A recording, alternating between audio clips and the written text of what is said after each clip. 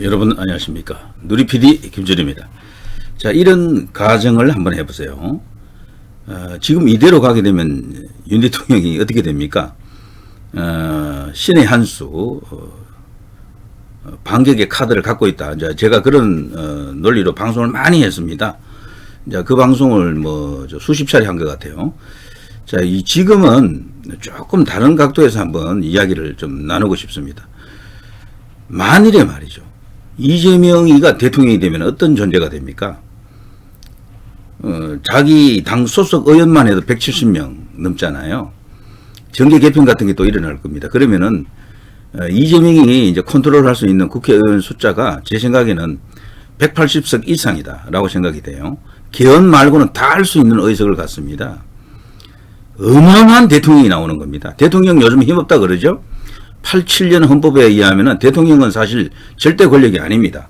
국회 권력이 더 세요. 어떻게 보면은 87년 헌법을 만들 때 왜 그런 헌법을 만들었느냐 하면요. 대통령의 제왕적 권력, 독재 권력을 견제하기 위한 법이 바로 지금의 헌법 87년 헌법입니다. 그러면 대통령만 견제하면 될 줄 알았는데 이거 보니까 국회 권력을 견제하는 장치가 아무것도 없네. 국회를 견제하는 권력은요, 원래 대통령이 국회 해산권을 갖고 있어야 됩니다. 지금 그게 지금 없는 거잖아요. 그러다 보니까 무소불위의 권력은 국회입니다. 국회에 대한 아무런 상권 분립이라고 해도요, 그 어떤 그 수단으로도 유효적절하게 국회를 견제할 수가 없습니다. 국회 다수당을 견제 못한다라는 이야기죠. 그래서 이재명에게 이제 여의도 대통령이라는 수식어가 붙어 있지만 그걸 우리가 지금 실감하고 있는 거죠.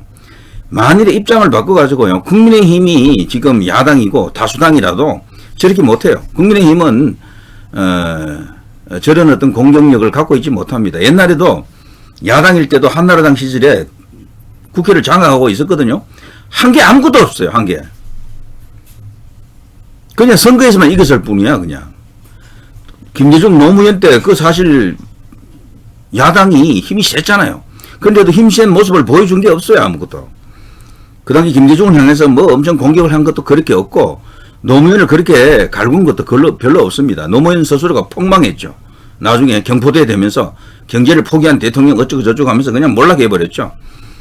근데 문재인은 좀 다르고요. 문재인은 다수당의 대통령이었잖아요. 그야말로 서슬프랬죠. 굉장히 무서웠지 않습니까? 사실은 어떤 면에서 그야말로 이제 그 망나니 칼춤을 추면서 이 소위 적폐청산할 때 감옥으로 간 보수 인사가 도대체 몇 명입니까? 그 5년 동안 박근혜 대통령 감옥, 저쪽에 이명박 대통령 감옥, 한 사람은 또 완전히 그냥 인생 전체가 무너져 버렸다라고 할 수도 있겠죠. 근데 지금 윤석열 대통령은 어떻습니까? 여소야 되잖아요. 여소야 돼요. 그리고 대통령으로서 우리가 기대하는 바를 충족을 시켜주지를 못해요. 국회 권력이 너무 세서 그래요. 대통령이 국군 통수권을 갖고 있고 경찰을 이렇게 지휘할 수 있는 어떤 그런 권한이 있다 하더라도 평상시에 이런 어떤 무력은 아무 소용이 없어요. 그게 이번 계엄에 나타났던 겁니다. 요즘 우리 군인들 이제 보니까 어떤 생각 드십니까? 한심하시죠? 다 지금 불고 있는데 그게 진짜인지는 모르겠습니다만 대통령으로부터 이런 지시를 받았다 저런 지시를 받았다 지금 불고 있어. 국회 불려나가가지고 이제 군 믿고 군대 믿고 뭘 못하는 겁니다. 이렇게 되면은 만일에 말이죠. 저는 생각을 좀 해봤습니다. 문재인이라든가 좌파 대통령이 그런 식으로 군을 움직였으면 군이 그렇게도 협조하지 않았을까? 따르지 않았을까? 저는 우리 군대 자체가 옛날에 우리가 알던 그 군대가 아니라고 봅니다. 군대 자체도 상당히 좌경화가 되어 온 겁니다. 그리고 그들이 눈치 보는 것은 5년 단임제 대통령에서는 대통령은 꼭 끝난다. 국민의 다수가 어쨌거나 선동당했든 말든 지지율이 지금 높은 쪽으로 민심이 가는 쪽으로 그냥 움직이는 겁니다. 정말 배짱이 있고 애국심으로 똘똘 뭉친 그런 군인 찾기 정말 쉽지 않을 거예요. 자, 어쨌거나요. 지금 돌아가는 상황을 보게 되면 한번 예상을 해보세요. 이대로 가면 이재명 대통령 나와요. 멀지 않아서 대통령입니다. 그러면 이재명은요, 대통령 권력에다가 국회 권력을 다 가져가잖아요. 무시무시한 존재가 된다고요. 무시무시한. 윤석열 대통령하고는 비교가 안 됩니다. 하기에 따라서는 200석을 만들 수도 있어요. 이게 정계 개편 같은 걸 통해서. 국민의힘을 공략해가지고 거기서도 막 뺏어가고 그럴 가능성이 큽니다. 이재명 스타일을 봐서는 충분히 그러고도 남는다. 그러면서 자기 입맛에 맞는 헌법을 만들어버릴 수도 있어요. 그러면서 온갖 국가 해체 작업 혹은 보수 외국 자유 우파에서 이제 우려하는 그런 일들이 이제 쫙 하고 펼쳐질 가능성도 크다. 제가 왜 이런 이야기를 하는가 하면요. 지금 이거 한번 보십시오. 자, 이 사람이 특전사령관입니다. 와, 참 기가 막힙니다. 특전사령관이라고 하면요.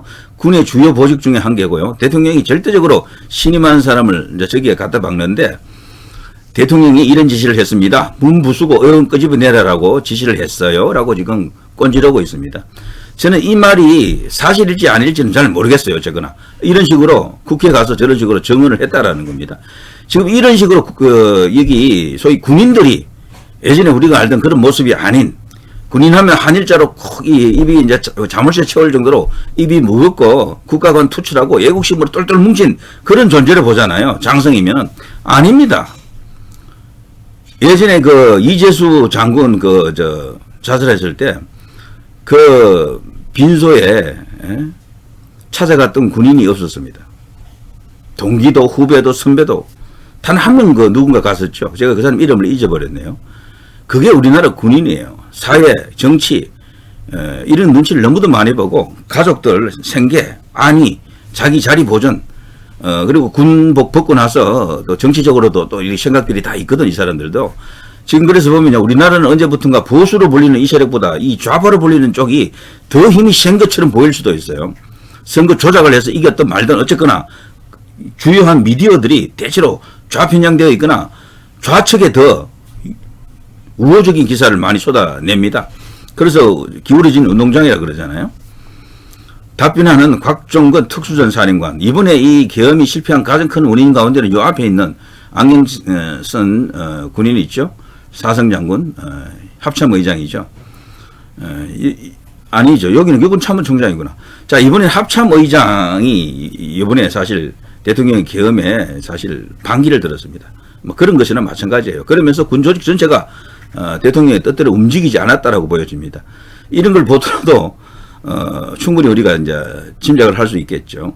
그리고 또 하나 지금 중요한 보직 수방사라든가 정보사 뭐 방첩사 특전사 전부 이 직위 해제입니다. 직무 정지됐어요. 전부 다. 국방장관은 뭐 지금 뭐 구속 뭐 여부를 지금 놓고 지금 다투고 있고요. 그래서 지금 군 전체가 완전 지계통이 붕괴된 상황이다라고 보여집니다. 대통령도 이런 상황에서 뭔가 군을 완전히 장악하고 국군 통수권자로서의 모습을 지금 현재 보이는지 보이지 않는지 우리가 알 길이 없습니다. 이런 상황이면요, 더 기울어지기 전에 민심이 한쪽으로 지금 계속 쏠리고 있거든요. 이대로 놔두면 지지율이 진짜 한 자릿수 나와요. 자칫하면은. 박근혜 대통령 때가 그랬거든. 그 당시에 최순실 사태가 터졌을 때 너무 오랫동안 이렇게 지켜보고 있었던 겁니다. 뭔가 이렇게 자정 작업이랄까? 스스로 그냥 뭔가 이렇게 진실 규명이 되면서 뭐 이렇게 될 줄 알고 그랬을 수도 있지만 그런 게 아닙니다. 여론이 한쪽으로 쏠리기 시작하면은 그냥 끝장을 봅니다. 하이에나가 된다고요. 이 민심이라는 것이. 그냥 죽이자 이런 식으로 온다고요. 자, 그런 상황이 오면 뭐 그건 그야말로 대라 신선이 와도 어떻게 할 수가 없어요. 정말 하늘에서 뭐가 내려와도 안 됩니다. 그렇게 되면은 자, 이런 상황. 자, 군을 이런 식으로 완전히 무력화시켜 놨고요. 중요한 포스터에 각 수장들을 전부 직무 배제, 직무 정지를 시켜버렸어요. 자, 그런 상태에서 과연 이번에 선관위에서 가져갔던 어떤 자료가 있다 칩시다. 그거를 지금 포렌식 중에 있는데 거기에 수장도 아마 날아갔을 겁니다. 어딘지는 알 수 없어도요. 방첩사 이런 거 다 지금 포함이 됐어요. 그 작업이 되겠습니까? 그래가지고 이제 이런 의심을 품는다. 그래서 이런 것까지 계산을 했다 그러면 그 자료는 이미 미국으로 가지 않았겠나 혹은 미군 부대에 가 있지 않겠나 이렇게 생각하는 사람들도 있습니다만 모든 것은 알려지지 않았어요. 지금 믿고 있는 게 딱 그거 하나이긴 한데 근데 그거 하나 나와도 말이죠. 너무 민심이 한쪽으로 쏠려버리면 안 돼요. 지금. 그래서 대통령이 뭔가 지금 카드를 완벽한 카드가 아니라도 던질 때가 됐다. 던져야 된다. 나타나야 된다. 지금 이런 주장을 하는 사람들이 많습니다. 자, 결단의 감사, 탄핵 찬성 김상국 의원의 응원 하원, 이 울산 남구죠. 정말 이 김상국 의원 앞으로 이제 이 하나의 행위로 인해 가지고요. 울산에서 아마 정치하기는 힘들 겁니다. 울산이 어쨌거나 이쪽이 소위 이제 국민의힘으로 대표되는 이 정치 세력의 그래도 아성 중의 한 개고요. 거기도 물론 공장지대가 많기 때문에 노조 세력이 있는 곳은 조금 힘들다라고 하지만 여기 남구는 안 그래요. 남구 여기는 보수들이 주로 이렇게 이게 승리하는 곳 아닙니까? 아마 이 친구는 이걸로 인해 가지고 인생 종칠 수도 있습니다. 뭐 배신자라는 말 저는 잘 안 하는데요. 이건 정말 완전히 배신을 때렸다라고 생각하네요. 충남고 학생들 직접 나섰다. 분노 공감. 그들은 우리와 무관하다. 그 윤 대통령 그리고 김영현 국방부 장관 전부 이제 충남고 출신이죠. 그리고 누굽니까? 이상민 장관, 행안부 장관도 충암고죠. 자, 이런 분위기가 이렇게 이제 넘어갔다라는 걸 이제 보여주는 겁니다. 자, 윤석열 내란 행위에 대한 위자료 청구 소송 준비 모임 이런 식으로 해가지고요. 어쩌고 저쩌고 합니다. 그러니까 이런 좌파들은 원래 이런 걸 너무도 잘하는 겁니다. 여론 선동이죠. 때는 왔다 하니까 바로 이런 식으로 이렇게 하잖아요. 물론 이게 성립될 가능성은 없다라고 봅니다만 이거 여론에 상당한 영향을 주죠. 이런 일들이.